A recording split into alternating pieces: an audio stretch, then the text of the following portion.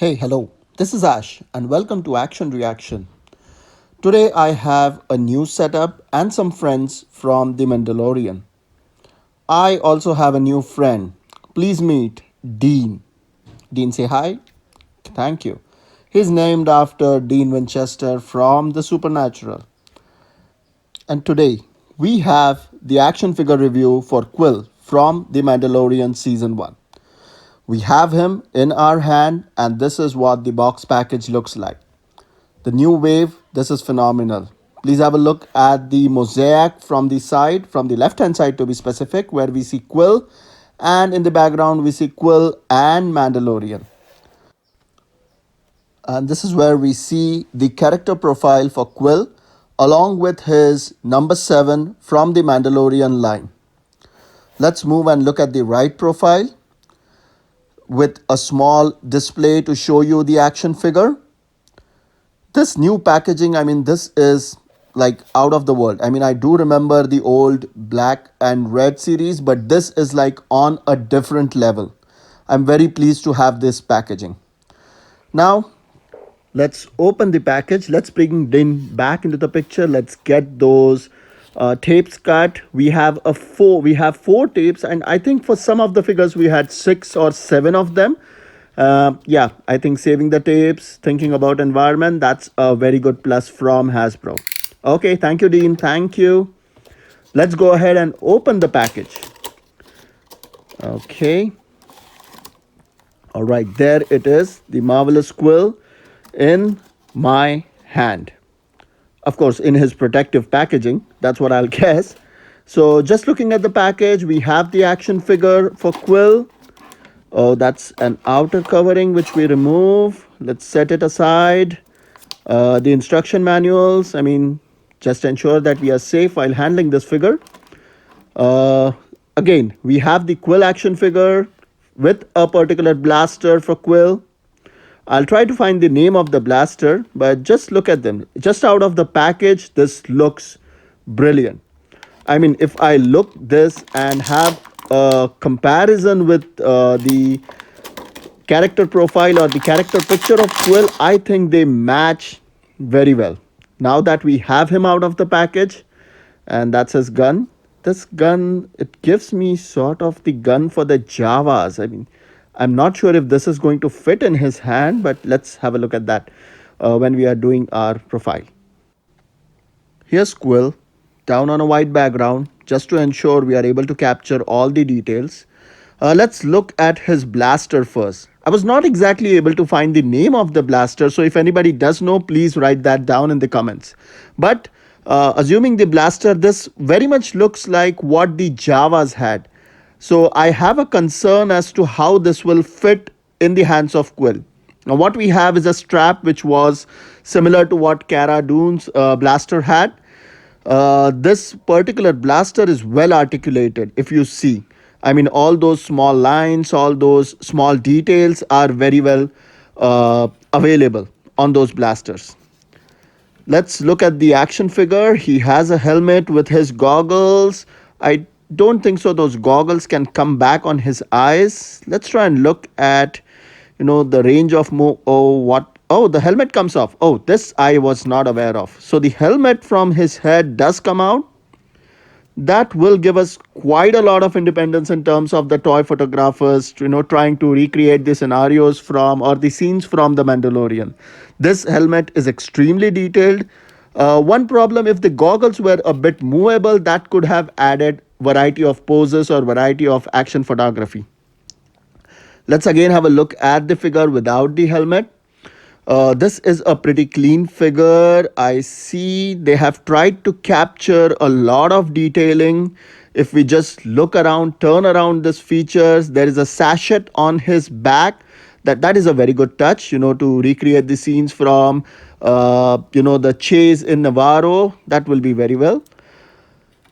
Let's put the helmet back onto Kuill and let's try and see what we can do. Let's try and look at the movements of head. So it goes this much up, this much down. Let's see. Yeah, I think it has a fairly good amount of movement in terms of moving it up and down. Since Kuill as a species is sort of short, the upward movement would be very beneficial, and that they have done. It moves pretty well side by side. And yeah, the sachet, okay, we are trying to move it side by side again. And this is something unusual. I'll get to it. The head completely moves around, so that is a plus point. Let's have a look at his hands. They go this much up. Let's look. There is articulation on his wrist. That would be his more or less blaster pose. We have an elbow articulation. The arm goes completely around. Let's have a look at his left hand. Again, the elbow articulation. The arm goes completely around. There is no stopping on there. But I think that is the highest that your arm can go in without possibly breaking them. Okay. So, yep, even the elbow articulation goes completely around. So, I don't think so. We want him in a very uncomfortable position. Yeah, like there is Kuill flexing his muscles. The wrist completely go around. I think they have a little bit of swivel. Let's have a look at the right elbow. It goes completely around, a little bit of swivel. Let's try a let's Before we move to his leg, let's see if he has a waist articulation. I do see he goes this much down and this much up. So not a lot of flexibility in terms of, posing him, just around a basic to twist and turn, so that he can chest up, stand up, but not a lot. Let's have a look. It goes only to a certain range out there. But again, assuming at Kuill, we do not want him posing in those kung fu split position. So I think that's fine. Let's have a look at his leg and ankle. This is how much it goes back. So again, with the kind of character, I do not find this as, stopping me for anything. This guy is not an action hero. This guy is a lowly mechanic who has, to perform certain duties. But I think this is fine. The leg, let's see, I always have a complaint with Hasbro's leg, but in here they look a bit fine. Our only problem would be when we try and pose him. So those legs, they twist left and right. I'm sorry, I'm just a bit out of focus, but it's a new setup. Yeah, this could be sort of a kung fu pose, maybe out of Karate Kid. All right. Let's have a look at his face. His face is very detailed. Oh, and what? One thing I saw, his mustache, I'm assuming that's a mustache. It doesn't go out on his lips, but there is something that goes down his, nostril. There is a mustache. So I'm sorry, there is a mustache, but this I even never actually figured it out or never actually looked even on the show. But with the figure in hand, I think I do not know what those lines are, but it seems that his beard comes from the nostrils. And just putting back his helmet on, just to have a variety of position, because that's how we have known Kuill in most of the season one. So that's a very close profile. Now let's try. I'm not sure. I'm trying to see if his mouth moves. Probably something that I shouldn't be expecting from a very basic, not a deluxe Star Wars Black Series figure. I shouldn't be expecting that. But if we take a look at the detail of articulation, let's have a look at his belt buckle. I mean, it shines. It really shines. Those small details that they have captured, they are excellent. They are mind blowing, and I would give them full marks on the screen accuracy that they are trying over here. So this is really nice. Even the pouches, the small buckles that they go, the backpack with all the buckles or any mechanism that closes it, that is really awesome. And his scarf, let's try and pop his head out a bit. Let's try and do that. I don't think so. I want to do that right now. Just a note, follow me on Instagram. My ID is SunnyRVD for some action photographies and further notes on my new videos. Yep, this is what a position for him that I have chosen. And I do not want to put that blaster on him right now. So now putting Kuill back with the cast of Mandalorian season 1. Yeah, he is a fantastic addition to my action collection. And now, since we have talked about the figure, I'll try to pose him a bit. And by the time I'm posing, I'll not bore you with the details, but let's get some information on Kuill, exactly who he is, what were the circumstances in which he appeared in Mandalorian, what is his species, and all those information. So you can hear on this information while looking at me trying to put him in several action poses. So Kuill appeared in season 1 of The Mandalorian and was portrayed by veteran actor Nick Nolte, who we know has appeared in films like 48 Hours, Warriors, Cape Fear, Thin Red Line, and Hulk. Now, going back to Kuill, Kuill belonged to a specific species called Ugnaught.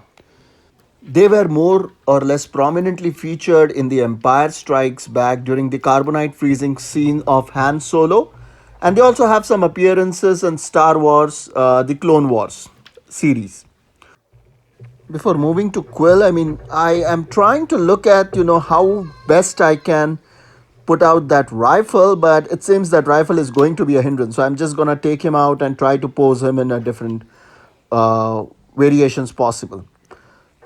That's him standing straight and falling down. And that happens as again, problem with the Hasbro's legs. But okay, cool. He's standing now. Okay, again going back to some of the backstory of Kuill.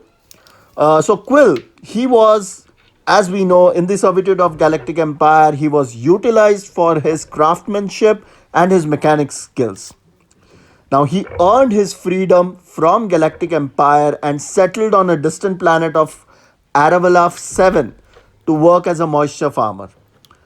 Now, since he was working as a moisture farmer, that's Kuill again in sort of a broken down pose. But again, working as a farmer, it is a nice nod to Luke Skywalker from A New Hope. That is me turning him on his one leg. So his only appearance was so far in the Mandalorian season 1 where he met Din Djarin on planet Aravala 7. He was instrumental in guiding the Mandalorian Din Djarin to the child. He brokered a deal with Javas to ensure that Djarin gets the parts for his sort of Razor's Crest. And something interesting. Why do not I pose him in the Undertaker pose? Paying the ultimate respect. All right. So going back, he was also instrumental in reprogramming the assassin droid IG-11, who was used to nurse and protect the child Grogu. I think Kuill's major contribution came when he participated in rescuing the child from Moff Gideon's forces. So after the plan to retrieve Grogu from Moff Gideon failed, Kuill had the possession of Grogu, but he was eventually tracked down, shot, and killed by the Imperial Scout troopers on their speeder bikes. And he was finally let to rest at the end of season 1. So I believe that is the end of Kuill. I'm not sure how or when he might appear next. I do not think so he'll ever appear in the future seasons of Mandalorian, but probably in some nice nod flashback scenes. But other than that, I do not think so. So I think that was the review and some backstory on Kuill. Just looking at this figure, I think this is a very nice figure, and just trying to put him in a Thrawn pose. The sachet is it coming in middle? I don't think so. I think his arms are too small, but it's finally time to just pull out that sachet and just try and expose what is the range of his hands. Yeah, because I think that could be one of the natural poses for Kuill. But for some reason, yeah, his arms are too small. Just trying to put them back. I don't think so that pose is gonna work. Probably not a good idea. Yeah. Let's just find some another pose for him. Yep, that's him standing straight, looking good. The figure is awesome. if you guys are perfectionist, want to complete your Mandalorian set, I think this is the figure that you need to get. Kuiil was an eternal part of Mandalorian Caesar 1. That's his blaster, which he used rarely. It is a good articulated design. Again, his scarf and his backpack. What is that? There is I do not know what is the use for that, but if somebody knows what that is, please let me know in the comments below. Interesting. Anyways, so with that, I end the review. Kuiil is a great figure, and I'm very happy to have got him, which completes my Mandalorian set. So, till next time, this is Ash signing off, and we'll see you in the next review. Thank you everyone for your time.